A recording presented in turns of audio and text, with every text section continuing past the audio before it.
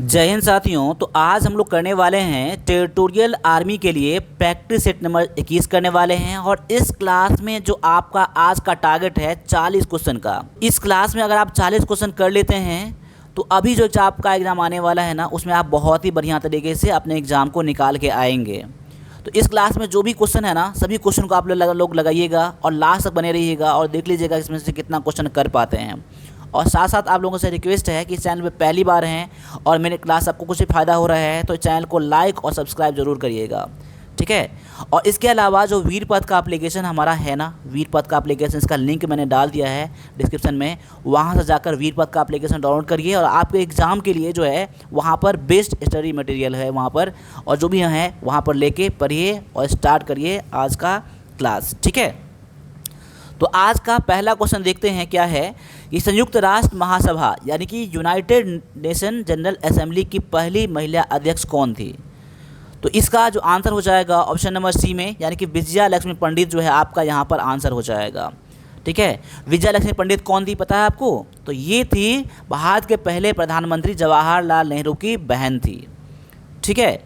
अगले क्वेश्चन को देखते हैं हम लोग। अगला क्वेश्चन में दिया गया है कि भारत में श्वेत संगमरमर यानी कि वाइट मार्बल से निर्मित प्रसिद्ध स्मारक कौन सा है? तो इसका जो आंसर हो जाएगा ऑप्शन नंबर सी हो जाएगा, यानी कि ताजमहल जो है आपका यहाँ पर आंसर है। ऑप्शन नंबर आपका सी में दिया गया है। और ये कहाँ है? ये आपका आगरा में है। कहाँ पर है? तो आगरा में है। आगरा कहाँ पर है? तो यूपी में है, ठीक है। ऑप्शन नंबर आपका सी यहाँ पर आंसर हो जाएगा। आगे है कि विश्व में मीठे पानी का सबसे बड़ा स्रोत कौन सा है? यानी मीठे पानी जो होता है कहाँ से आता है, ठीक है। तो यहाँ पर सभी ऑप्शन को देख लीजिएगा।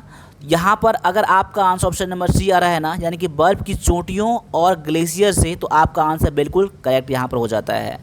वही बात क्वेश्चन आपके एग्ज़ाम में ये आता है कि मीठे पानी से जुड़े हुए यानी कि फ्रेश वाटर से जुड़ा हुआ, तो ये आपका ऐसा क्वेश्चन आएगा कि बताइए विश्व में सबसे बड़ा मीठे पानी का जो झील है वो कौन सा है? तो आप क्या याद रखेंगे यहाँ पर? झील, तो झील रखेंगे सुपीरियर झील। क्या रखेंगे? सुपीरियर झील, ठीक है, सुपीरियर लेक, ठीक है ना। तो ये कहाँ पर है? ये आपका उत्तरी अमेरिका में है। क्या है? नॉर्थ अमेरिका में है, ठीक है ना। तो सुपीरियर झील आप लोग याद रख लीजिएगा। जो सबसे बड़ा मीठे पानी का झील कौन सा है? सुपीरियर झील है। अगर वही बात मैं करूँ सबसे बड़ा झील कौन सा है, सबसे बड़ा झील कौन सा है यानी कि क्षेत्रफल में, एरिया में, इसका होता है कैस्पियन सागर। क्या आता है? कैस्पियन सागर, ठीक है।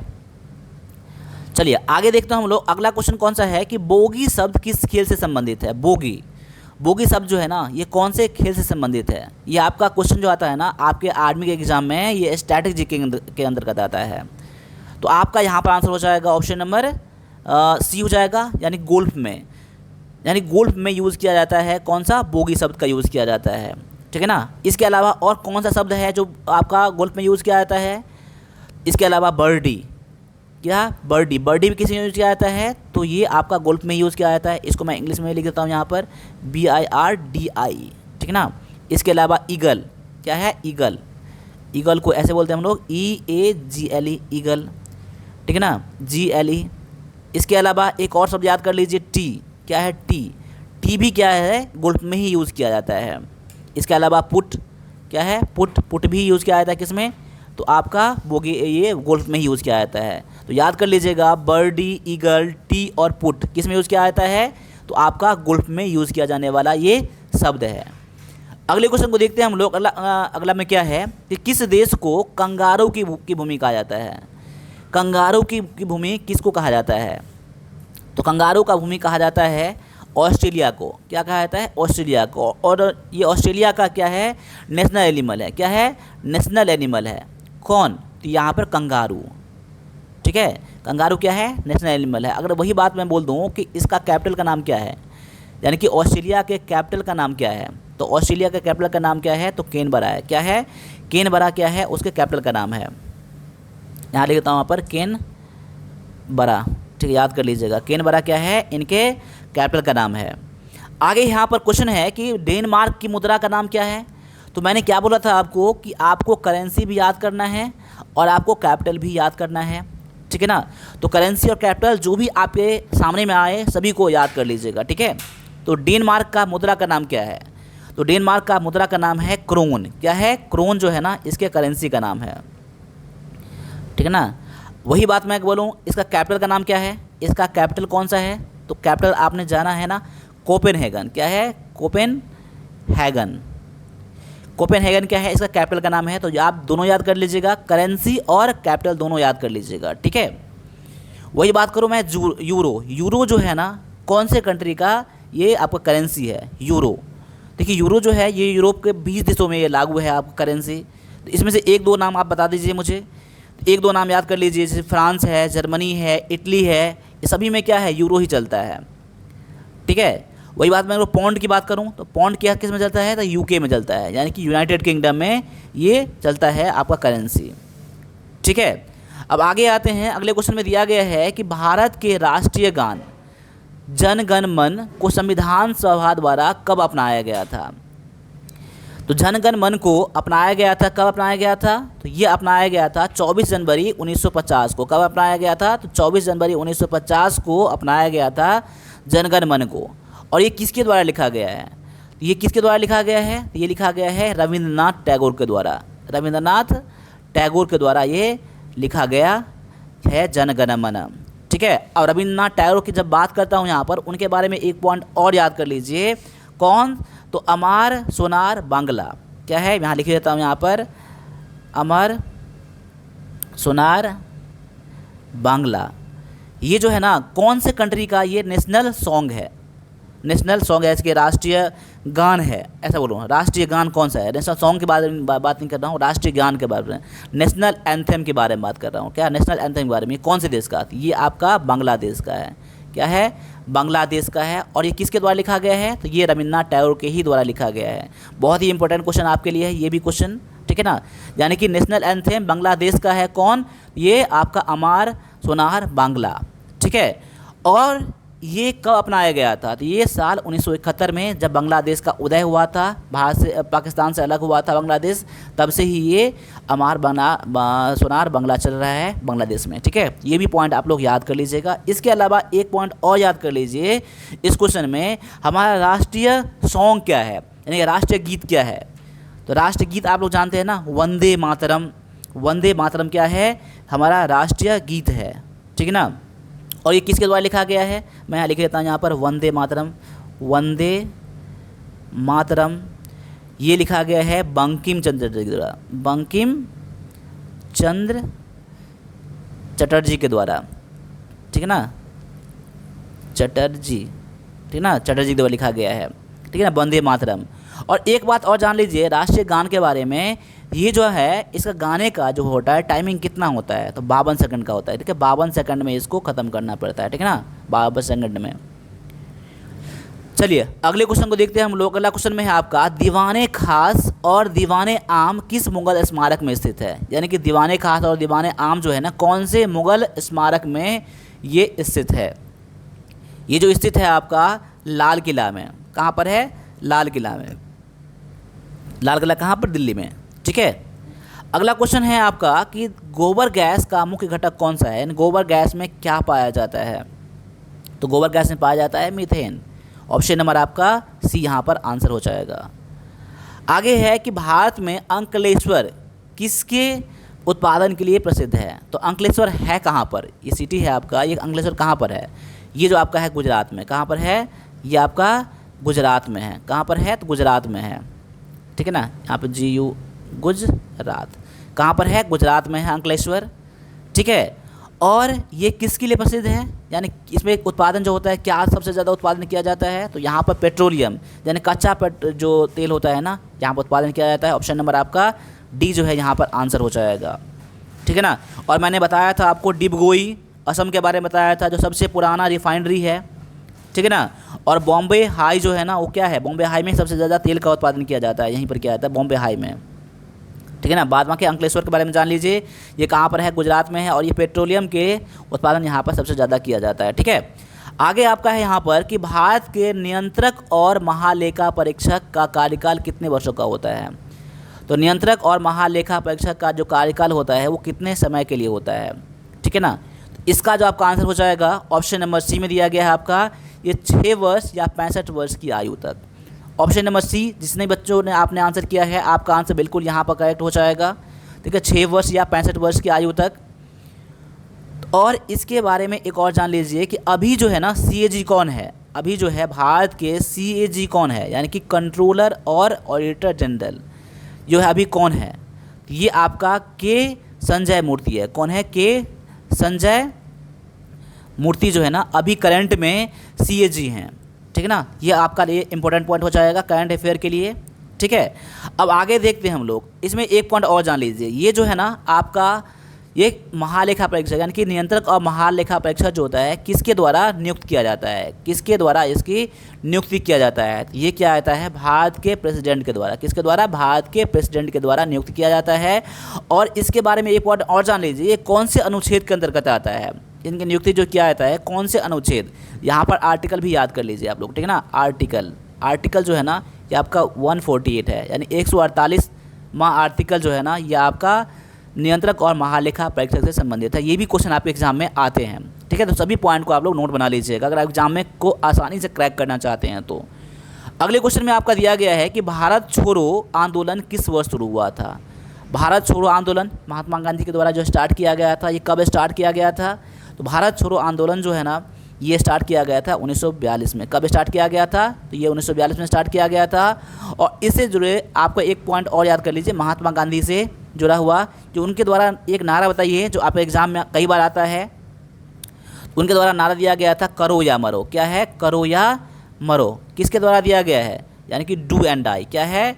Do and die. Do and die का नारा किसके द्वारा दिया गया है? डू एंड डाई, यानी डू एंड नहीं है, डू और डाई। क्या है? डू और डाई। किसके द्वारा दिया गया है? तो यह महात्मा गांधी जी के द्वारा दिया गया नारा है। ठीक है, अगर मैं बात करूं जब ये भारत छोड़ो आंदोलन हुआ था तो उस समय भारत के वायसराय कौन थे? भारत के वायसराय कौन थे? तो उस समय भारत के जो वायसराय थे वो थे आपके लॉर्ड लिनलिथगो था। क्या है? Lord Linlithgow. ठीक है, ये कौन थे? उस समय में भारत के वायसराय थे। याद कर लीजिएगा, बहुत ही इंपॉर्टेंट क्वेश्चन मैं बता रहा हूँ आपको ये क्वेश्चन। ठीक है, चलिए अगला क्वेश्चन में दिया गया है भारत का पहला राष्ट्रीय उद्यान कौन सा है, यानी कि नेशनल पार्क। भारत का पहला राष्ट्रीय उद्यान जो है ना ये आपका जिम कॉर्बेट नेशनल पार्क है। ऑप्शन नंबर आपका ये सी में दिया गया है। और ये कहाँ पर है? तो ये आपका उत्तराखंड में है। कहाँ पर है? तो उत्तराखंड में है। ये भी आप लोग याद कर लीजिएगा। ठीक है ना, बहुत ही अच्छा सा क्वेश्चन आपके लिए है। ठीक है, चलिए अगले क्वेश्चन में दिया गया आपका कि भूमध्य रेखा को 2 बार पार करने वाला नदी कौन सा है? भूमध्य रेखा को 2 बार पार करने वाला नदी कौन सा है? ठीक है, तो ये आपका आंसर हो जाएगा कांगो रिवर। क्या हो जाएगा? कांगो रिवर जो है ना ये आपका भूमध्य रेखा को 2 बार पार करता है, यानी कि इक्वेटर को 2 बार पार करने वाला नदी है कांगो रिवर। ठीक है, वही बात मैं बात करूँ यहाँ पर कि हमें कि द आर्ग्यूमेंटिव इंडियन ये किसके द्वारा लिखा गया पुस्तक है? द आर्ग्यूमेंटिव इंडियन ये किसके द्वारा लिखा गया पुस्तक है? तो ये लिखा गया है आपका अमर्त्य सेन के द्वारा लिखा गया पुस्तक है। किसके द्वारा लिखा गया है? अमर्त्य सेन के द्वारा लिखा गया पुस्तक है। इसके अलावा अमर्त्य सेन के द्वारा एक और पुस्तक के बारे में याद कर लीजिए आप लोग, डेवलपमेंट एज फ्रीडम। क्या है? डेवलपमेंट ऑफ फ्रीडम किसके द्वारा लिखा गया है? ये तो ये लिखा गया है अमर्त्य सेन के द्वारा। देखिए अमर्त्य सेन के बारे में क्यों लिखवा रहा हूँ आपको, ये क्वेश्चन आपके एग्जाम में कई बार आते हैं। ठीक है ना, ये उनको नोबेल पुरस्कार भी मिला है। उनको नोबेल पुरस्कार भी मिला। अमर्त्य सेन को क्या है? नोबेल पुरस्कार भी मिला है। ये कब मिला है नोबेल पुरस्कार? नोबेल अवार्ड यहाँ पर लिख देता हूँ, यहाँ पर नोबेल कब मिला है उनको? ये मिला था 1999 में। कब मिला था? 1999 में उनको मिला था। ठीक है, अब आगे आ जाइए, अगला क्वेश्चन है और इसमें एक पॉइंट और जान लीजिए। यहाँ पर नोबेल पुरस्कार तो मिला था, और ये किस क्षेत्र में मिला था? ये मिला था इकोनॉमिक्स में। किस मिला था? यानी कि अर्थशास्त्र मिला था उसको। ठीक है ना, अर्थशास्त्र मिला था। ये भी याद कर लीजिएगा आप लोग। ठीक है ना, नोबेल का अर्थशास्त्र के क्षेत्र में दिया गया है पुरस्कार 1999 में अमर्त्य सेन को मिला था। उनके द्वारा लिखा गया पुस्तक डेवलपमेंट ऑफ फ्रीडम और द आर्ग्यूमेंटिव इंडियन। ठीक है, अब आगे आ जाए, अगला क्वेश्चन में दिया गया है टोक्यो किस नदी के किनारे स्थित है? देखिए टोक्यो किस नदी के किनारे स्थित है? देखिए आपको मैं ये बता रहा हूँ आपको कि इतना डीप में नहीं जाएगा। ठीक है ना, टोक्यो अब अदर कंट्री के बारे में, लेकिन अपने कंट्री में जो भी आपका जो रिवर है ना उसकी नदी में जो उसके नदी किनारे जो बसा हुआ प्रमुख शहर है उसके बारे में याद कर लीजिएगा। इससे मैं ये क्वेश्चन क्यों ला दिया हूँ कि हो सकता है कि एक दो क्वेश्चन आपको इधर उधर से क्वेश्चन आ जाए। ये क्वेश्चन एग्जाम में आए हुए हैं, इसीलिए मैं क्वेश्चन आपको लेके यहाँ पर आया हूँ। टोक्यो के बारे में एक तो जान लीजिए कि कौन से नदी के किनारे स्थित है, और दूसरा याद कर लीजिए यहाँ पर, पहले इसका आंसर देख लीजिए। इसका आंसर हो जाएगा आपका अराकाव।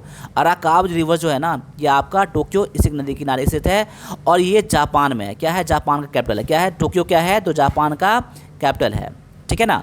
और इसके जो पार्लियामेंट का नाम है वो क्या है? ये तो क्वेश्चन आपके एग्जाम में आते हैं और आने का चांस बहुत ज़्यादा बनता है। जापान के पार्लियामेंट का नाम क्या है? जापान के पार्लियामेंट का नाम क्या है? तो जापान के पार्लियामेंट का नाम क्या है? डाइट है। क्या है? डाइट है, DIET, ठीक है ना। ऑप्शन नंबर आप याद कर लीजिएगा। टोक्यो जो है कौन से नदी के किनारे स्थित है? तो ये अकराव नदी के किनारे स्थित है। और जापान के जो पार्लियामेंट का नाम है वो क्या है? पार्लियामेंट का नाम क्या है? तो आपका डाइट है, ठीक है। चलिए अगले क्वेश्चन में आपका है कि विश्व पर्यावरण दिवस, विश्व पर्यावरण दिवस नहीं है, विश्व पर्यावरण संरक्षण दिवस कब मनाया जाता है? तो विश्व पर्यावरण संरक्षण दिवस जो मनाया जाता है ये मनाया जाता है 26 नवंबर को। कब मनाया जाता है? 26 नवंबर को। याद कर लीजिए, यहाँ पर कंफ्यूज बिल्कुल नहीं होना है। एक तो होता है विश्व पर्यावरण दिवस होता है, यानी कि वर्ल्ड इन्वायरमेंट डे होता है, लेकिन यहाँ पर क्वेश्चन है प्रोटेक्शन यानी संरक्षण दिवस। तो संरक्षण दिवस कब मनाया जाता है? तो 26 नवंबर को मनाया जाता है। और 26 नवंबर को हमारे देश में एक और चीज़ बनाया जाता है। वो क्या बनाया जाता है? तो संविधान दिवस मनाया जाता है। क्या मनाया जाता है? संविधान दिवस मनाया जाता है। कब? हमारे देश में 26 नवंबर को मनाया जाता है। और इस दिन क्या हुआ था? हमारा जो संविधान है बनकर तैयार हुआ था। तो कब तैयार हुआ था? तो ये तैयार हुआ था 26 नवंबर 1949 को। कब? 26 नवंबर 1949 को हमारा संविधान बनकर तैयार हो गया था, ठीक है ना। उसी के उपलक्ष्य में हम लोग क्या मनाते हैं? तो संविधान दिवस मनाया जाता है, यानी कि इंडियन नेशनल क्या है? कॉन्स्टिट्यूशन डे बनाते हैं हम लोग, ठीक है ना। और एक पॉइंट और जान लीजिए यहाँ पर कि यहाँ पर विश्व पर्यावरण दिवस कब मनाया जाता है? ये तो आपका संरक्षण दिवस था, और विश्व पर्यावरण दिवस मनाया जाता है आपका 5 जून को। क्या मनाया जाता है? World environment day. कब मनाया जाता है? तो ये मनाया जाता है 5 जून को, हर साल मनाया जाता है। और इसके अलावा एक पॉइंट और याद कर लीजिए जो आपके एग्जाम में आए हुए थे, 12 जनवरी। 12 जनवरी कौन सा दिवस मनाते हैं हम लोग? ये हम लोग मनाते हैं नेशनल यूथ डे मनाते हैं। क्या बनाते हैं? नेशनल यूथ डे मनाते हैं, यानी कि राष्ट्रीय युवा दिवस कब मनाते हैं? 12 जनवरी को मनाते हैं। और ये क्वेश्चन आपके एग्जाम में आया हुआ था, ठीक है ना। तो इसको भी आप लोग याद कर लीजिएगा अगर नहीं पता होगा तो। अब आगे आ जाइए, एक पॉइंट और जान लीजिए यहाँ पर जो आपके एग्जाम में आ सकता है इस बार, वो आ सकता है ओजोन डे। क्या है? ओजोन डे, यानी कि ओजोन दिवस। क्या है? ओजोन दिवस। ओजोन मतलब क्या होता है? ओजोन। ओजोन दिवस कब मनाया जाता है? ये मनाया जाता है आपका 16 सितंबर को। ये आपके एग्जाम में आने की संभावनाएं बहुत ज़्यादा होता है, ठीक है ना। चलिए अगला क्वेश्चन में दिया गया आपका यूनेस्को का मुख्यालय कहाँ पर है? यूनेस्को का मुख्यालय कहाँ पर है? तो यूनेस्को का जो मुख्यालय है ना, यहाँ पर ऑप्शन में देख लीजिएगा, कंफ्यूज बिल्कुल मत होइएगा। आपका आंसर यहाँ पर क्या हो जाएगा? पेरिस हो जाएगा। पेरिस जो है ना, ये आपका यूनेस्को का हेडक्वार्टर है। और UN का हेडक्वार्टर कहाँ पर है? ये आपका न्यूयॉर्क में है। और जिनेवा में किसका है? तो WHO का है, WTO का है, WTO का है, ILO का है, ठीक है ना। ये कहाँ पर है? तो ये आपका ये जिनेवा में है, ठीक है ना। वही बात मैं करूँ जो आप एग्ज़ाम में आ सकता है इस बार, वो आ सकता है ICJ, यानी कि इंटरनेशनल कोर्ट ऑफ जस्टिस, यानी अंतर्राष्ट्रीय न्यायालय। अंतर्राष्ट्रीय न्यायालय का हेडक्वार्टर कहाँ पर है? ये आपका हो जाएगा हैग में। कहाँ पर हो जाएगा? हैग में, द हेग में। क्या हो जाएगा? द हेग में हो जाएगा। ये कहाँ पर है? तो ये आपका नीदरलैंड में। आप लोग, मैं पूरा लिखवाने रहा हूँ आप लोगों को, लेकिन आप लोग नोट कर लीजिएगा, ठीक ना, आप लोग जो मैं बोल रहा हूँ। आगे है, आगा खान कब किस खेल से संबंधित है? आगा खां खेल कब जो है ना, ये कौन से खेल से संबंधित है? तो आगा खां खेल कब जो है ना, ठीक है ना, ये जो है ना आपका आगा खां कब, ये संबंधित है किससे? तो आगा खां खेल संबंध है फुटबॉल से। किससे है?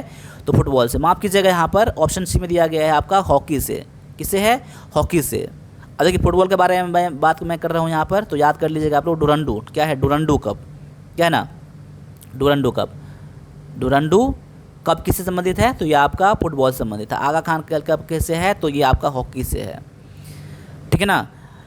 और थॉमस कप किससे है? चलिए थॉमस कप आपका है बैडमिंटन से। यहाँ लिख दीजिए यहाँ पर थॉमस कप, ये आपका आ गया है। तो ठीक है ना। थॉमस कप किससे संबंधित है, ये आपका बैडमिंटन से है, और ये इसमें क्या आता है, मेल के लिए है, यानी पुरुषों के लिए है ये, ठीक है। और अगले क्वेश्चन में आ जाइए। यहाँ पर अगला क्वेश्चन में दिया गया है कि भारत की पहली महिला रेल मंत्री कौन सी थी। क्वेश्चन को आराम से लगाइएगा, ठीक है ना। तो पहली महिला रेल मंत्री जो थी ना भारत की, वो थी आपकी ममता बनर्जी। कौन थी, ममता बनर्जी थे। ऑप्शन नंबर आपका बी यहाँ पर आंसर हो जाएगा, ममता बनर्जी, ठीक है।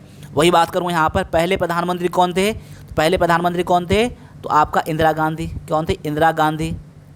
इंदिरा गांधी कौन थी, तो यहाँ पर पहली प्रधानमंत्री थी। वही बात करूँ यहाँ पर, तो पहली राष्ट्रपति कौन थी, यहाँ पर प्रतिभा देवी सिंह पाटिल। प्रतिभा देवी सिंह पाटिल कौन थी, तो ये भारत की पहली महिला राष्ट्रपति थी, ठीक है ना। अगर वही बात करूँ मैं यहाँ पर, पहला वित्त मंत्री कौन है, भारत की पहली महिला वित्त मंत्री कौन है, तो वो कौन थी, निर्मला सीतारमन। क्या है, निर्मला सीतारमन, ठीक है ना, ठीक है ना। ये पहली भारतीय महिला वित्त मंत्री थी, ठीक है। अब आगे आ जाइए। अगले क्वेश्चन में दिया गया आपका साइंस से। साइंस का क्वेश्चन बहुत ज़्यादा इंपॉर्टेंट रहता है आपके एग्जाम के लिए। 15 क्वेश्चन आपके एग्जाम में आएंगे। तो क्वेश्चन ये है कि कार्य की एसआई इकाई क्या है, यानी कि वर्क का एसआई यूनिट क्या है। तो वर्क का जो एसआई यूनिट होता है ना, ये होता है जूल होता है। क्या होता है, जूल होता है। ऑप्शन नंबर आपका सी आंसर हो जाएगा।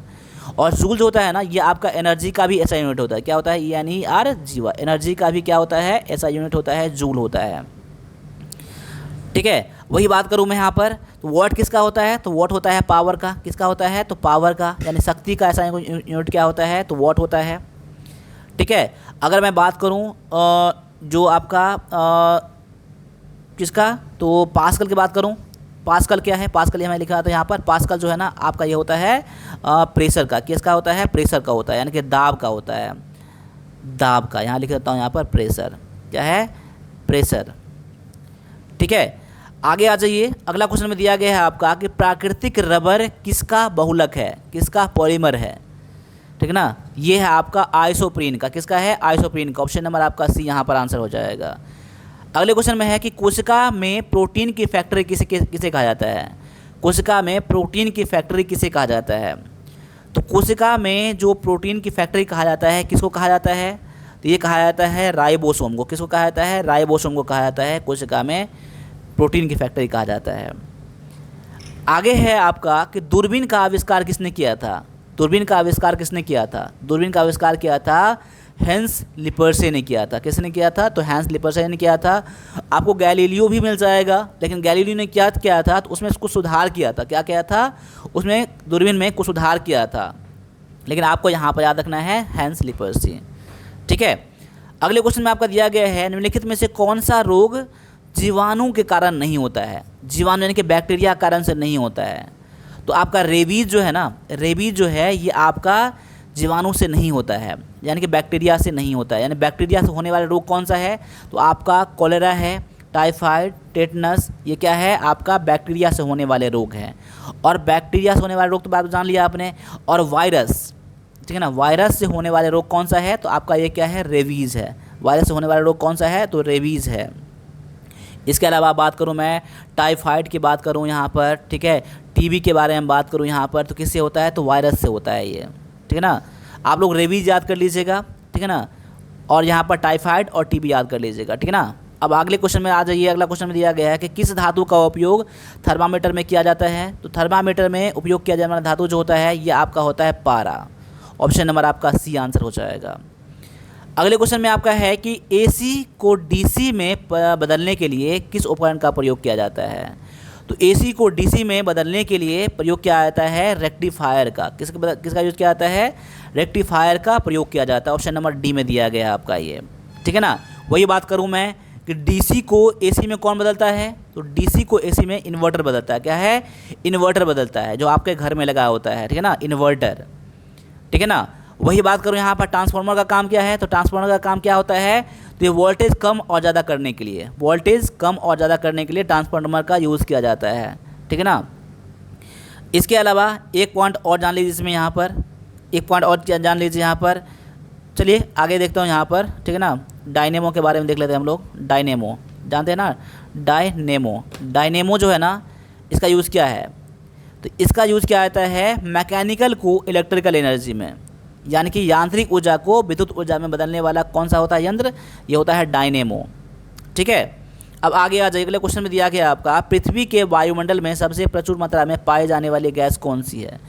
तो पृथ्वी के वायुमंडल में सबसे ज़्यादा जो गैस पाया जाता है वो पाया जाता है नाइट्रोजन पाया जाता है। क्या पाया जाता है? नाइट्रोजन पाया जाता है। वो कितना परसेंट पाया जाता है? तो लगभग 78% पाया जाता है। और दूसरा सबसे ज़्यादा क्या पाया जाता है? उसके बाद ऑक्सीजन पाया जाता है। नाइट्रोजन के बाद ऑक्सीजन पाया जाता है। लेकिन आपका आंसर यहाँ पर क्या हो जाएगा? ऑप्शन नंबर आपका सी यहाँ पर आंसर है। अगले क्वेश्चन को भी देख लीजिए। अगला क्वेश्चन में है कि मानव शरीर में सबसे कठोर पदार्थ कौन सा है? सबसे कठोर पदार्थ कौन सा है? तो सबसे कठोर पदार्थ कौन सा है? तो ये दांत का इनेमल होता है। क्या होता है? दांत का इनेमल क्या है? सबसे कठोर पदार्थ है। वही बात करूँ, सबसे लंबी हड्डी कौन सी है? सबसे लॉन्गेस्ट मैं कर दूँ यहाँ पर, क्या है? लॉन्गेस्ट। तो ये आपका हो जाएगा फीमर। क्या हो जाएगा? फीमर हो जाएगा। ये क्या है? जांघ की हड्डी होता है, ठीक है ना। और एक पॉइंट और जान लीजिए कि सबसे छोटी हड्डी यानी कि स्मॉलेस्ट बोन क्या है? स्मॉलेस्ट बोन कौन सा है? ये आपका हो जाएगा स्टेपीज हो जाएगा। क्या हो जाएगा? स्टेपीज हो जाएगा, जो क्या होता है? कान की हड्डी में पाया जाता है। कहाँ पाया जाता है? स्टेपीज याद कर लीजिएगा। स्टेपीज याद कर लीजिएगा, जो कहाँ पाया जाता है? तो कान की हड्डी में पाया जाता है। आगे है आपका निम्नलिखित में से कौन सा एक सदिश राशि है, यानी कि वेक्टर क्वांटिटी है। तो वेक्टर क्वांटिटी कौन सा है? तो वेक्टर क्वांटिटी इसमें से जो है ना, आपका ऑप्शन में देख लीजिएगा, ऑप्शन नंबर आपका सी में है। वेग क्या हो जाएगा? आपका यहाँ पर आंसर हो जाएगा, यानी कि वेलोसिटी क्या है? आपका एक वेक्टर क्वांटिटी है, ठीक है ना। अब वेक्टर क्वांटिटी में क्या होता है? जिसमें कि दिशा और परिमाण दोनों होता है, वो क्या कहलाता है? आपका वेक्टर क्वांटिटी कहलाता है। वही बात करूँ मैं यहाँ पर अदिश राशि के बारे में। सदिश तो ये है, अदिश राशि कौन सा होता है, यानी स्केलर क्वांटिटी कौन सा होता है? आपका डिस्टेंस होता है। क्या होता है यहाँ पर? डिस्टेंस, स्पीड यानी कि दूरी, समय, ये क्या होता है? चाल, दूरी, समय, चाल यानी कि स्पीड, ये क्या है? स्पीड, ये क्या है? सब क्या है? आपका स्केलर क्वांटिटी। क्या है? स्केलर क्वांटिटी है, ठीक है ना। स्केलर क्वांटिटी है आपका है। डिस्टेंस याद कर लीजिएगा, स्पीड याद कर लीजिएगा, ठीक है ना।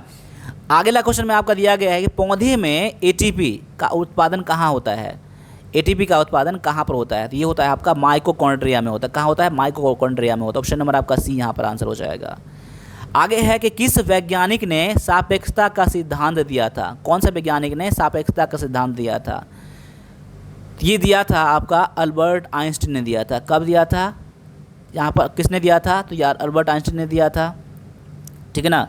और इसका जो होता है सापेक्षता के सिद्धांत का जो फॉर्मूला होता है ना, क्या होता है? E बराबर = mc² होता है। क्या होता है? mc²। ये कि आप याद कर लीजिएगा। ये सब क्वेश्चन आपके एग्जाम में आए हुए क्वेश्चन है, और ये आपके अभी भी क्वेश्चन आ जाएंगे एग्जाम में। यानी कि E बराबर mc² याद कर लीजिएगा।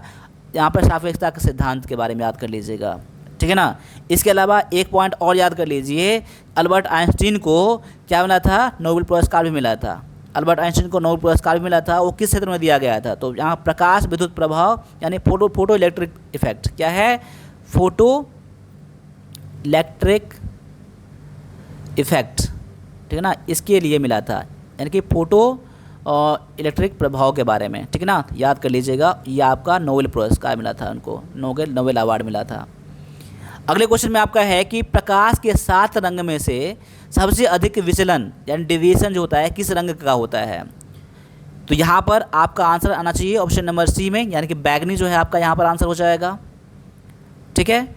अगले क्वेश्चन में दिया गया आपका कि मानव शरीर में यूरिया का कहाँ बनता है? यूरिया जो बनता है मानव शरीर में वो कहाँ बनता है? तो ये बनता है लीवर में। कहाँ बनता है? लीवर में बनता है।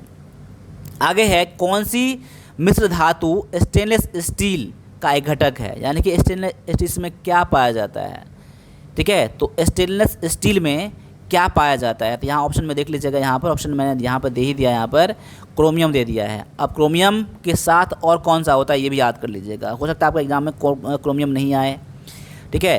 तो क्रोमियम बदला में आप याद कर लीजिए निकेल। क्या है? निकेल या निकल याद कर लीजिए आप लोग। इसके अलावा एक और होता है कार्बन भी होता है इसमें, ठीक है ना। अब देखिए यहाँ पर क्रोमियम के अलावा एक पॉइंट और जान लीजिए, इसका इस्तेमाल क्यों किया जाता है यहाँ पर, ठीक है ना। इसमें क्या होता है? जंग नहीं लगने देता। क्या आता है? इस क्रोमियम का इस्तेमाल करने से क्या होता है? तो रस्ट नहीं आता है, यानी कि जंग नहीं लगता है इसमें। जंग से बचाता है कौन? तो ये क्रोमियम बचाता है स्टेनलेस स्टील को। वही बात करूँ मैं यहाँ पर पीतल के बारे में बात करूँ, ठीक है ना। पीतल यानी कि ब्रास, क्या है? ब्रास के बारे में बात करूँ तो इसमें क्या पाया जाता है, तो ब्रास में पाया जाता है आपका तांबा, तांबा और जस्ता पाया जाता है। क्या पाया जाता है, तांबा और जस्ता पाया जाता है। तांबा यानी कि इसको हम लोग Cu कहते हैं, इसको हम लोग क्या कहते हैं, Zn कहते हैं, ठीक है ना। वही बात करूँ मैं किसका बात करूँ अगर, तो यहाँ पर बात करूँ मैं कांस के बारे में। क्या बात करूँ मैं यहाँ पर, कांस के बारे में, यानी कि आपको ब्रॉन्ज के बारे में। तो इसमें क्या पाया जाता है, इसमें पाया जाता है आपका तांबा, इसमें पाया जाता है तांबा, इसमें पाया जाता है, प्लस में इसमें टीन पाया जाता है। क्या पाया जाता है, टीन। तो टीन का क्या होता है, Sn हम लोग इंडिकेट करते हैं, ठीक है ना, Sn से। तो तांबा और टीन में किसमें पाया जाता है, तो ब्रॉन्ज में।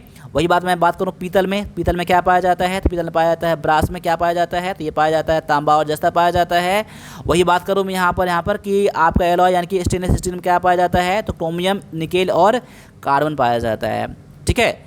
अब यहाँ पर मैथ का क्वेश्चन है, तो मैथ का क्वेश्चन जो है ना आपका स्कोरिंग होता है, ठीक है ना। तो मैथ में से आप 15 में से आप लोग कम से कम 12-13 क्वेश्चन तो आप करके ही आपको आना है। चलिए मेरे साथ क्वेश्चन को मैथ में लगाइए, जहाँ लगे वीडियो को पॉज करना है, वीडियो को पॉज भी करिएगा, बस आपको आंसर लगाना है मेरे साथ में, ठीक है।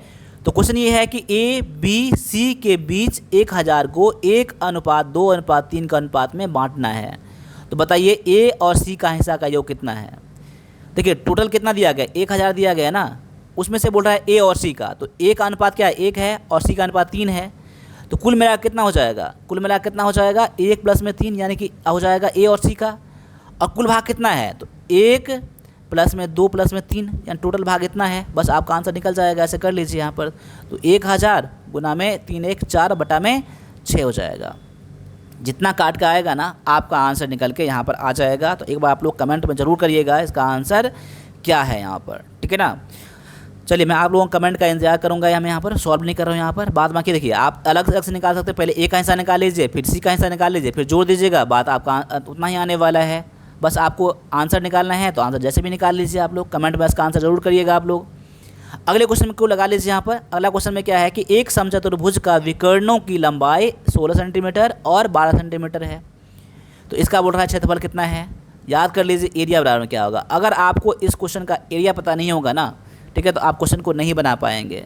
यानी कि मेंसुरेशन में आपको अगर फार्मूला पता नहीं है तो कोई भी क्वेश्चन को करके नहीं आ पाएंगे, कितना भी आसान रहे। तो इसलिए आप लोग फार्मूला को याद कर लीजिएगा और प्रैक्टिस करिएगा उस क्वेश्चन पर, उस फार्मूले पर, ठीक है। देखिए यहाँ पर तो एरिया का फार्मूला क्या होता है, 1/2 इंटू में d1 इंटू में d2, यानी कि आपका पहला विकर्ण d1 हो जाएगा, दूसरा विकर्ण क्या हो जाएगा आपका d2 हो जाएगा। तो आपको दिया गया है ना, d1 दिया गया कितना आपको, तो आपका दिया 16 और d2 कितना दिया गया आपको 12 दिया गया है। बस आप निकाल लीजिए यहाँ पर 16 गुना में 12 कर लीजिए और यहाँ पर आंसर निकाल के आ जाइए, काट लीजिए यहाँ पर 8 12 8 96 हो जाएगा आपका आंसर। ऑप्शन नंबर किस में है, तो आपका बी में दिया गया है ये, ठीक है। अगले क्वेश्चन में आपका दिया गया है कि 2 वर्ष के लिए 5% वार्षिक CI दर पर, यानी कि चक्रवृद्धि ब्याज दर पर 1000 का मिश्रण ज्ञात करने के लिए बोल रहा है यहाँ पर। यह आपका इसमें क्या दिया गया है, ये प्रिंसिपल दिया गया है आपका, ये आपका रेट दिया गया है और ये आपका टाइम दिया गया है। आपको अमाउंट का निकालना है। अमाउंट क्या होता है, अमाउंट बराबर होता है प्रिंसिपल इंटू में 1 + r/100 पावर में क्या होता है n, या फिर t बोले, n बोले या फिर t बोले, बात एक ही है यहाँ पर। तो देखिए प्रिंसिपल कितना दिया गया है 1000 इंटू में 1 + r कितना दिया गया है, अब 5/100 इंटू में 2 हो जाएगा ना। आप इसको ऐसा भी कर सकते हैं, देखिए 1 + 1/100 करेंगे ना, कितना हो जाएगा, इसको सॉल्व करेंगे आप लोग तो आपका हो जाएगा यहाँ पे याद देख लीजिएगा आप लोग, इतना करके 5 × 5 20 × 5 100, यानी 21 में कितना हो जाएगा 20 हो जाएगा, यानी इसका वैल्यू हो जाएगा। यानी इसको कह सकते हैं आप 1000 इंटू में 21 में 100 21 20 गुना में 21 20, क्यों इसका वैल्यू कितना आ जाएगा, तो इसका वैल्यू इतना आ गया ना 21 20, पावर में 2 है ना, 2 बार गुना कर दिया हमने। अब काट के जितना आएगा ना वही आपका आंसर निकल के आ जाएगा।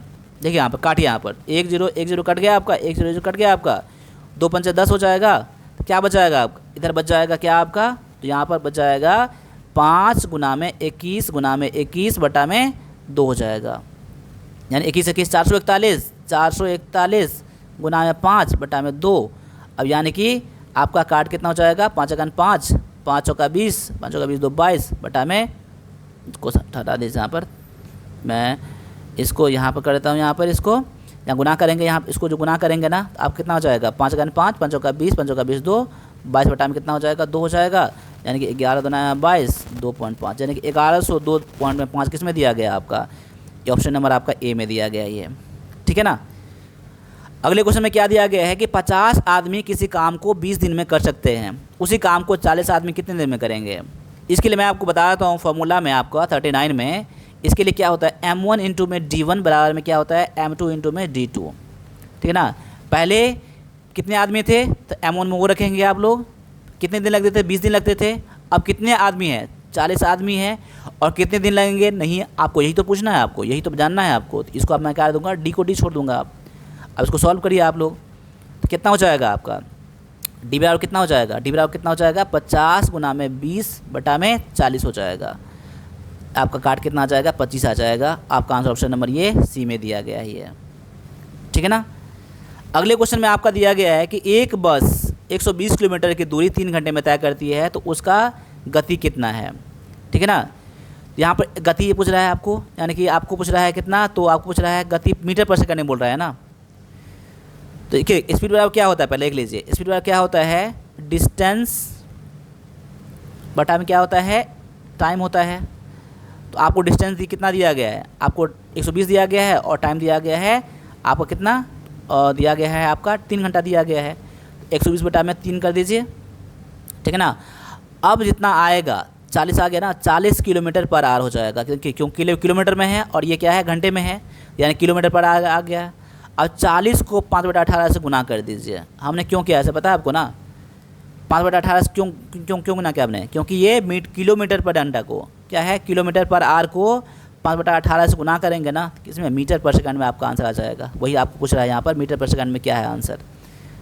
तो कितना हो जाएगा आपका 40 × 200 बटा में 18, 18 1 18, 18 2 18 1 18, 11 दशमलव में समथिंग कुछ आएगा। ऑप्शन नंबर सी में दिया गया है, 11 दशमलव में समथिंग आएगा। ऑप्शन नंबर आपका डी में, ये पूरा 11 तो नहीं आएगा, इसलिए आपका ये नहीं होगा, ये नहीं होगा, ये नहीं होगा। ऑप्शन नंबर आपका डी आपका आंसर निकल के आ जाएगा, ठीक है। अगले क्वेश्चन में दिया गया है कि 1/2 का 1/4 कितना प्रतिशत है। क्वेश्चन गौर से पढ़िएगा, ठीक है ना, तभी आपको क्वेश्चन क्लियर हो पाएगा। 1/2 का मतलब गुना कितना परसेंट, तो मैं मान लेता हूँ x%। x% क्या है, 1/4 है। क्वेश्चन गौर से समझ लीजिएगा, 1/2 का x% कितना है, तो आपके 1/4 है। अब यानी कि 1/2 गुना में ऐसा भी कर सकता हूँ, x/100 कर सकता हूँ ना, क्योंकि परसेंट को हम लोग 100 कर सकते हैं बटा में, 1/4 कर दीजिए, यानी कर लीजिए x बराबर कितना हो जाएगा, 1/4 गुना में 100 ऊपर चला जाएगा, और नीचे में क्या है, 2 है, नीचे में है, तो ये कितना हो जाएगा, ऊपर में हो जाएगा, ऐसे हो जाएगा बटा में 1। अब काट निकाल लीजिए, काटेंगे ना, तो काटे कितना हो जाएगा आपका, 2 दूना में 4, यानी कि 50, यानी 50% क्या हो जाएगा, आपका आंसर निकल के आ जाएगा। किस में है, तो ये आपका ऑप्शन नंबर सी में दिया गया है ये। अगले क्वेश्चन में है आपका कि x का मान ज्ञात करने के लिए बोल रहा है, रूट अंडर में x है बराबर 9 है। अब x बराबर कितना हो जाएगा, 9 का स्क्वायर हो जाएगा। अगर आप रूट हटाएंगे ना, इस तरफ लाएंगे ना, रूट को आप इस तरफ लाएंगे, तो क्या हो जाएगा आपका, ये आपका इधर स्क्वायर हो जाएगा, यानी 81 हो जाएगा। ऑप्शन नंबर किस में दिया गया है, तो सी में दिया गया है ये।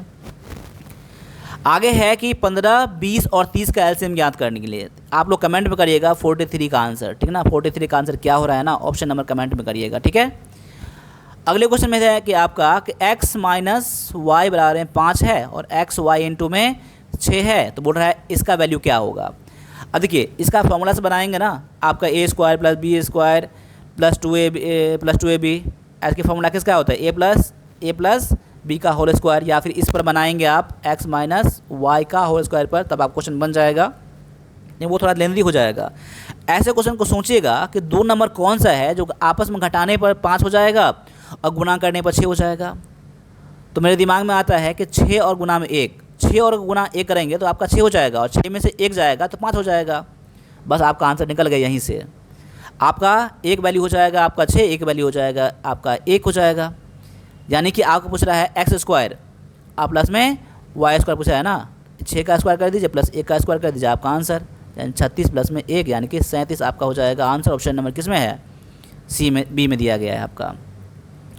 अगले क्वेश्चन में है कि एक समकोण त्रिभुज की 2 भुजाएं 6 और 8 है, ठीक ठीक है, उसका परिमाप ज्ञात करने के लिए बोल रहा है। तो समकोण त्रिभुज दिया गया है ना, समकोण त्रिभुज यानी कि पाइथागोरस प्रमेय लगाएंगे, ठीक है ना, पाइथागोरस प्रमेय लगाएंगे, ठीक है ना। एक भुजा दिया गया आपका कितना 6, एक भुजा 8, कोई सा भी भुजा हो सकता है, जरूरी नहीं है कि यही है आपका यही भुजा होगा। प्रमेय आपको परिमाप निकालने के लिए, पैरामीटर निकालने के लिए ये भी भुजा पता होना चाहिए, तब आपको ये और ये को जोड़ देंगे।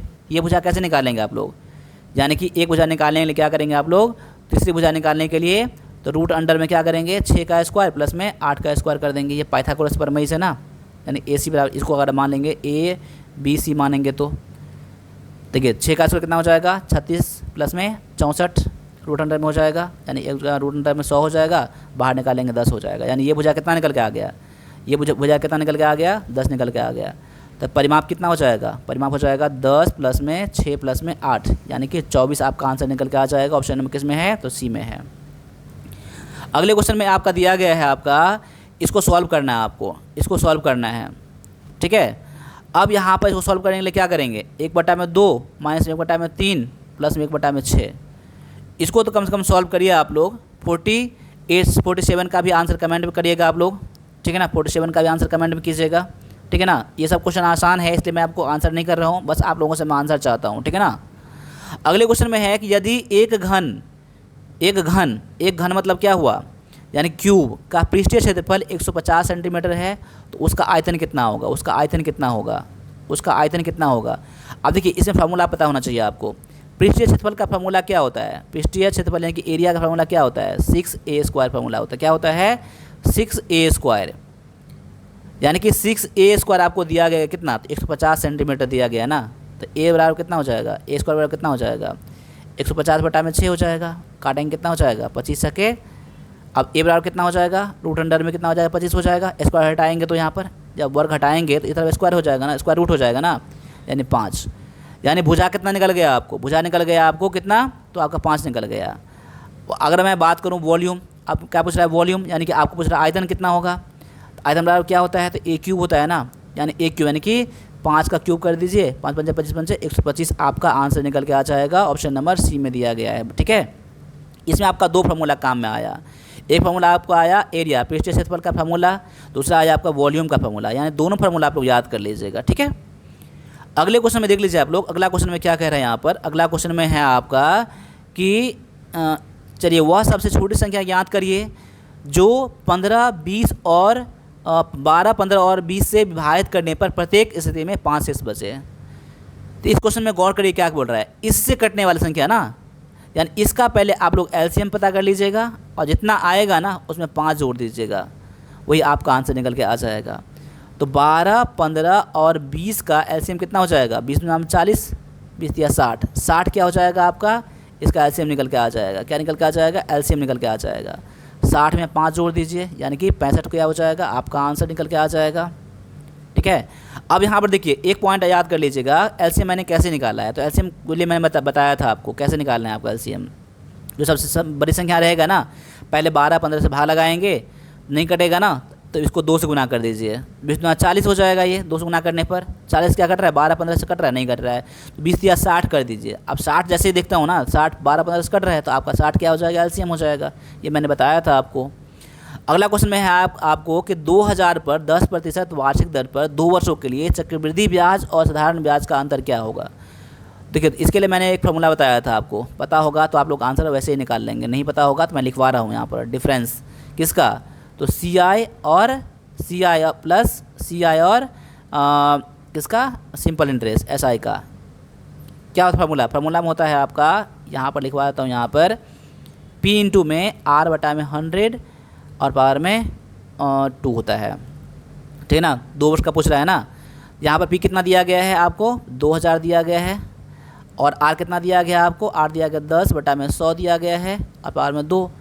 इसको क्या कर सकता हूँ, इसको मैं ऐसा भी कर सकता हूँ, इसको मैं 2000 गुना में 10/100 गुना में 10/100, देखिए 2 0 कट जाएगा, 1 0 कट जाएगा, 1 0 कट जाएगा, क्या बच जाएगा, 2 गुना में 10 बच जाएगा ना, यानी कि 20 हो जाएगा आपका आंसर। ऑप्शन नंबर किस में दिया गया, ये आपका सी में दिया गया है। तो अभी मैंने टोटल 50 क्वेश्चन करवाए हैं। 50 क्वेश्चन में कितना क्वेश्चन आपका राइट हुआ है ना, आप कमेंट में जरूर करिएगा। और साथ साथ में वीरपद का एप्लीकेशन डाउनलोड करके वहाँ पर जो टेस्ट दिया गया है ना, उसको भी ज्वाइन कर लीजिएगा। इसका लिंक मैंने दे दिया हूँ डिस्क्रिप्शन में। तो मिलते हैं अगले क्लास में, तब तक के लिए सभी से फिर से जय हिंद,